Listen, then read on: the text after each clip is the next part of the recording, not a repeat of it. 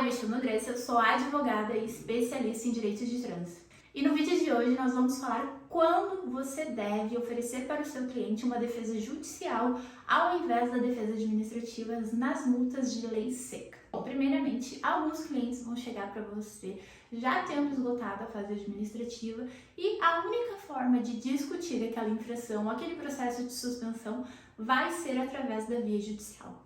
No entanto, algumas vezes esse cliente vai chegar para você ainda com prazo para apresentar defesa administrativa na multa ou no processo de suspensão e nem sempre essa vai ser a melhor estratégia. Então, se você quiser lucrar mais com esse cliente e oferecer um serviço de forma mais estratégica que vai realmente alavancar as chances dele ter essa infração ou essa suspensão anulada, aqui vai uma dica.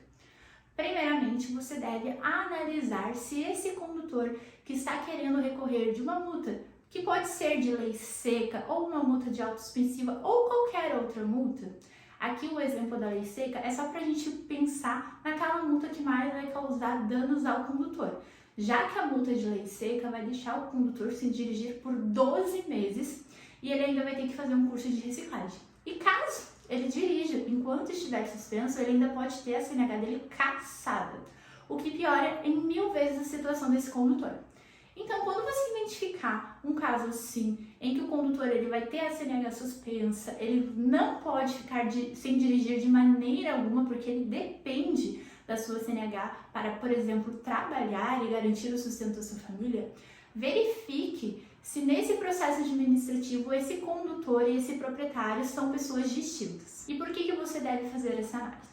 Porque quando o condutor e o proprietário são pessoas distintas, a única pessoa que é notificada é o proprietário do veículo. Identificando que o condutor e o proprietário são as mesmas pessoas, ligue o alerta e já pense numa forma de oferecer um serviço judicial para o seu cliente. E aí você precisa analisar outra situação. Se esse condutor apresentou defesa ou recurso nesse processo administrativo, tá? Por que eu digo isso? Porque caso esse condutor seja uma pessoa distinta do proprietário do veículo e ele não tenha apresentado nenhuma defesa prévia, é estratégico nós não apresentarmos defesas administrativas e entrar com uma ação judicial a nulidade por ausência de notificação. Porque como ele não foi notificado para apresentar defesas e recursos no processo administrativo, ele não pôde usufruir do seu direito constitucional de ampla defesa e contraditória. E com isso, através de uma ação judicial, nós vamos apontar essa nulidade que vai fazer com que esse condutor não precise aí cumprir uma suspensão do direito de dirigir.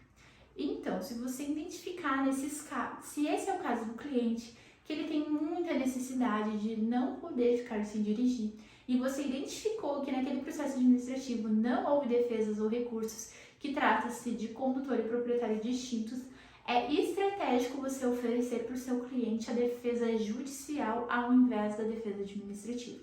E para que isso aconteça, nós vamos ter que acompanhar o processo administrativo sem fazer nenhuma defesa. E a partir do momento que o processo administrativo seja encerrado, é que nós entraremos com uma ação judicial em nome do condutor para que possa ser declarada a nulidade do processo. O que vai fazer com que a suspensão seja anulada, tá?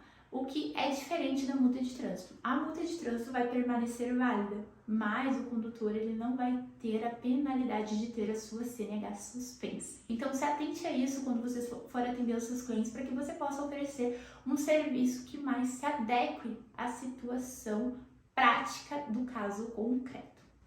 Esse foi o vídeo de hoje, a gente se vê no próximo vídeo.